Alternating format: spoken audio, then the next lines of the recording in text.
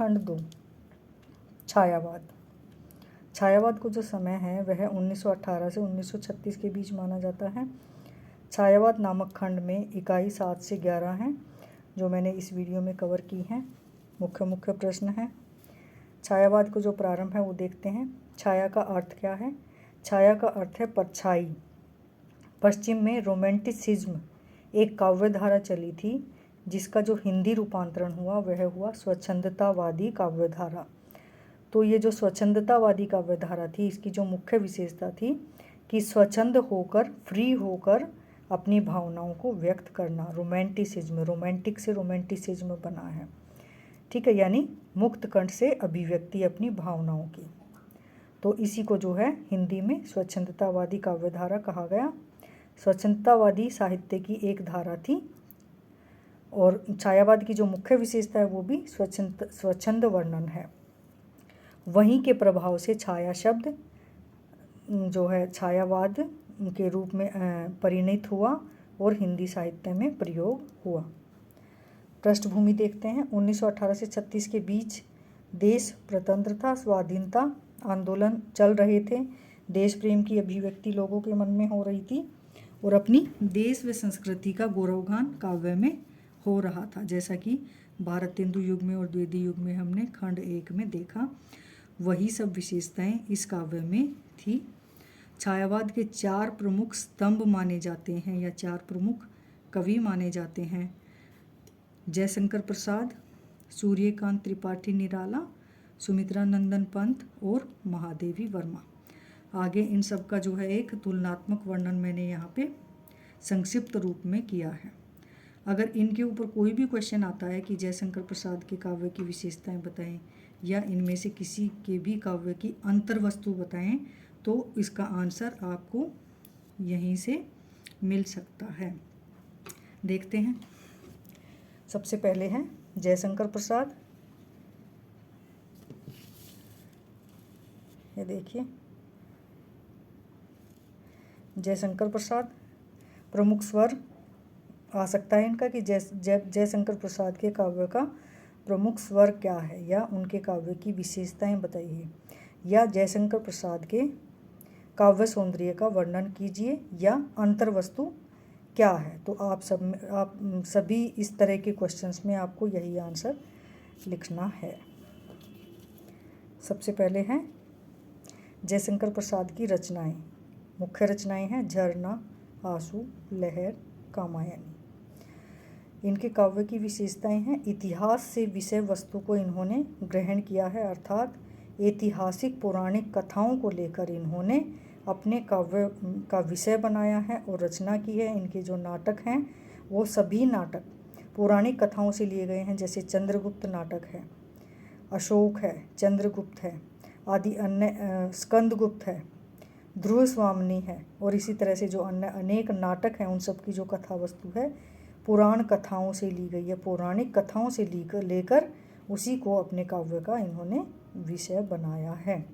इसी तरह से आगे भारतीय संस्कृति की गौरव गाथा, क्योंकि इन्होंने पौराणिक कथाएं ली हैं अपनी, तो हमारे जो पौराणिक कथाओं में जो भारतीय संस्कृति की जो झलक है, हमारी जो भारतीय संस्कृति की गौरव गाथा कही गई है, जिस पर हम गौरव कर सकें, जिस पर हम गर्व कर सकें, ऐसी बातें, ऐसी संस्कृति का इन्होंने अपने विषयों में वर्णन किया है और उसी के माध्यम से इन्होंने राष्ट्रीय चेतना की अभिव्यक्ति इनके काव्य में देखने को मिलती है। मानव मन की अभिव्यक्ति की है।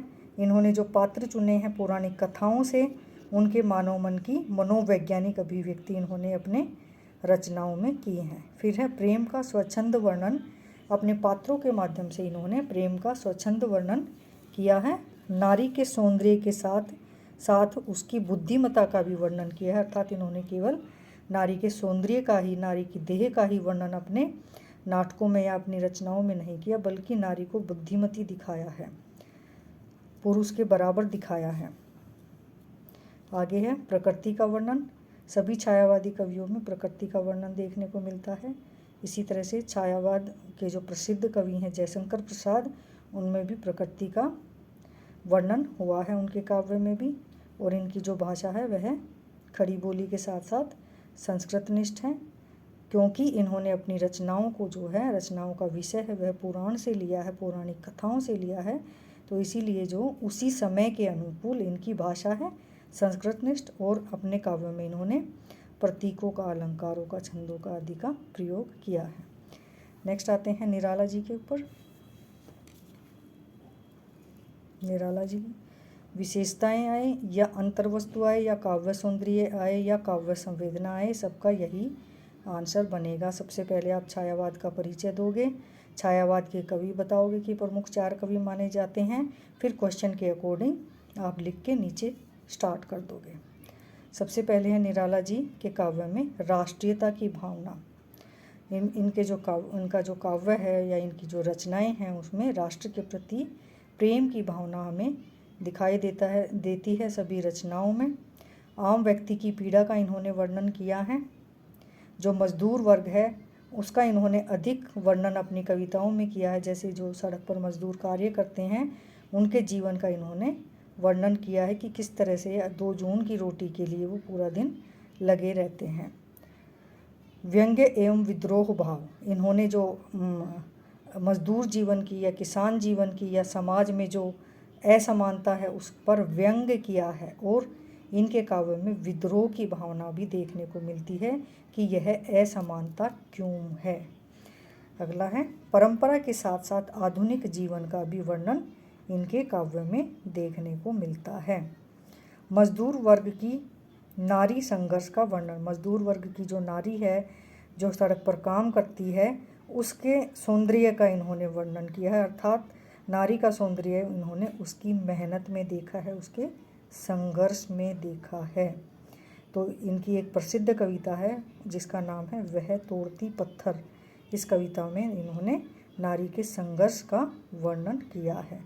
नेक्स्ट है परंपरा से चले आ रहे छंद के बंधन को तोड़ मुक्त छंद में रचना करना, अर्थात जो परंपरा से छंदबद्ध रचनाएं चलती आ रही थी, यानी कि कविता है तो इसको जो है लय मुक्त होना चाहिए, लय के बंधन में बंधा होना चाहिए, कविता है तो यह ऐसी होनी चाहिए कि यह गाई जा सके, इसमें छंद होने चाहिए, उसको इन्होंने अस्वीकार किया, उसका इन्होंने विरोध किया, और जो भाव मन में आ रहे हैं उनको ये लिखते चले गए, और इस तरह से वह जो भाव जो इन्होंने लिखे उसी को जो है कविता के क्षेत्र में मुक्त छंद का नाम दिया गया, अर्थात निराला जी ने काव्य के क्षेत्र में एक नए छंद का प्रयोग किया जिसको कि मुक्त छंद के नाम से जाना गया, जो आज भी कविताओं में देखने को मिलता है। आज तो सभी रचनाएं जो हैं मुक्त छंद में ही की जाती हैं। आप देखते होंगे कि जो रचनाएं या जो कविताएं रची जाती हैं उनमें यह जरूरी नहीं होता कि उनमें एक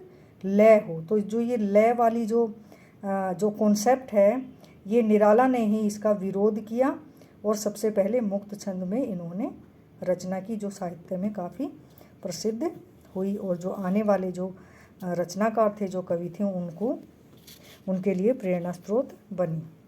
और इन्होंने जो है ठेठ शब्दावली का प्रयोग किया है, क्योंकि इन्होंने अपनी रचनाओं में जो विषय बनाया है आम जनजीवन को, मजदूर वर्ग को, किसान वर्ग को, संघर्षपूर्ण नारी को बनाया है, तो इसीलिए जो उनकी जो शब्दावली है उसी का इन्होंने अपने कविताओं में, अपनी रचनाओं में प्रयोग किया है।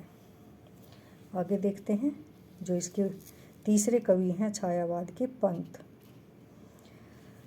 क्वेश्चन आ सकता है पंत की काव्य चेतना का विकास बताइए, या पंत के काव्य की अंतर्वस्तु बताइए, या पंत का काव्य सौंदर्य क्या है, या काव्य संवेदना क्या है, या विशेषताएं क्या हैं। सब में आप यही पॉइंट लिख सकते हैं। काव्य चेतना का विकास, देखो काव्य चेतना का विकास अर्थात इन्होंने जो काव्य सृजन किया है, जो रचनाएं की हैं, उसका विकास कैसे हुआ। प्रारंभ में जो पंत जी हैं वो प्रकृति से संबंधित कविताएं लिखा करते थे, लेकिन धीरे धीरे जो है प्रकृति से इन्होंने प्रारंभ करके जो है गंभीर विषयों पर ये रचनाएं करने लगे। प्रकृति के सौंदर्य का जैसा वर्णन पंत ने किया है वैसा छायावाद से पहले ना किसी कवि ने किया है, और छायावादी किसी भी कवि ने ऐसा वर्णन नहीं किया है जैसा कि पंत जी ने किया है। तो पंत जी जो है प्रसिद्ध हैं साहित्य जगत में छायावाद में, वह अपने प्रकृति सौंदर्य के कारण है कि प्राकृतिक सौंदर्य दृश्यों का इन्होंने अद्भुत वर्णन किया है। नारी के प्रति नवीन दृष्टि जो है इनकी है। प्रकृति के प्रत्येक रूप की नारी से इन्होंने तुलना की है। बाले तेरे बाल जाल में कैसे उलझा दूं लोचन, ये इनकी प्रसिद्ध पंक्ति है। काव्य शिल्प देखते हैं इनका, यानी अभिव्यंजना पक्ष देखते हैं या कला पक्ष। काव्य रूप जो है गीतात्मक है, यानी इन्होंने जो कविताएं रची हैं वो गीत शैली में है, उनको गाया जा सकता है। जबकि निराला की कैसी थी, छंद मुक्त थी, ठीक है, मुक्त छंद में उन्होंने रची थी, वो गीतात्मकता उसमें नहीं थी। काव्य भाषा चित्रात्मक है, अर्थात उसको पढ़ के जो है आंखों के सामने चित्र सा उपस्थित हो जाता है। नेक्स्ट है ध्वनि प्रधान, या इनकी भाषा जो है वो ध्वन्यात्मकता है। जैसे एक पक्षी की आवाज़ जो है इन्होंने टी वी टी टुट टुट, ये ऐसे ऐसे शब्दों का इन्होंने प्रयोग किया है कि जो प्राकृतिक दृश्य या प्रकृति में जो पशु पक्षी जो बोलते हैं वह जो ध्वनि है हमारे कानों में गूंज उठती है। तो इसी तर्ज पर इन्होंने जो है अपनी भाषा को गढ़ा है और कुछ नए शब्दों का प्रयोग इन्होंने अपने भाषा में निर्मित किया है। जैसे रंगिनी, रंग से रंगिनी, स्वपन से स्वप्निल और स्वर्ण से स्वर्णिम। तो इनकी जो भाषा शैली है इन्होंने नए शब्दों को गढ़ा है। आगे चलते हैं। चौथी जो कवयित्री हैं छायावाद की वो हैं महादेवी वर्मा। महादेवी वर्मा का काव्य सौंदर्य आ सकता है अंतर्वस्तु या रचना विधान।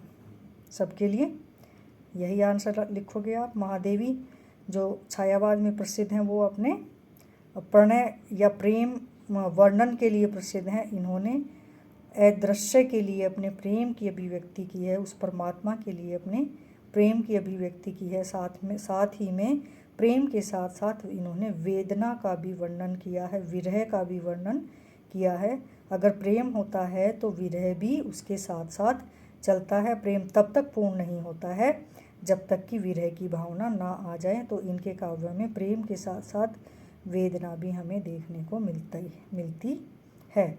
और जो प्रेम मिलता है उस प्रेम का पात्र कोई व्यक्ति नहीं है इस जगत का, बल्कि परमात्मा है, अदृश्य है। नेक्स्ट है जड़ चेतन का एक ही स्वरूप है विचार की, इस विचार की इन्होंने अपने काव्य में अभिव्यक्ति की है। प्रकृति के सौंदर्य का वर्णन सभी कवियों ने किया है, तो महादेवी वर्मा ने भी प्रकृति को जो है अलंकार के रूप में या जो है एक उपमान के रूप में अपने काव्य में व्यक्त किया है। और प्रेम दिखाने के लिए जो है प्रकृति के प्रतीकों का सहारा लिया है। जैसे दीपक है या दिया है, प्रतीक रूप में जो है जीवन का प्रतीक इन्होंने अपने काव्य में दिखाया है। काव्य रूप गीत है या गीतात्मकता है इनके काव्यों में, यानी गीत शैली है। इनकी कविताओं को गाया जा सकता है। काव्य भाषा जो है वो तत्सम प्रधान संस्कृत है। प्रतीक योजना है, प्रतीक योजना का अर्थ है कि प्रतीक रूप में इन्होंने अपनी बातों को कहा है। जैसे मेघ, पवन, ये प्रतीक रूप में इनके काव्य में आए हैं। दीपक आदि प्रतीकों का सहारा इन्होंने लेकर अपनी बात को, अपने विषय को आगे बढ़ाया है। आगे देखते हैं।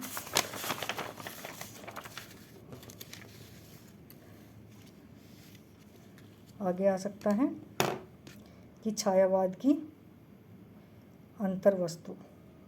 छायावाद की अंतर्वस्तु क्या है?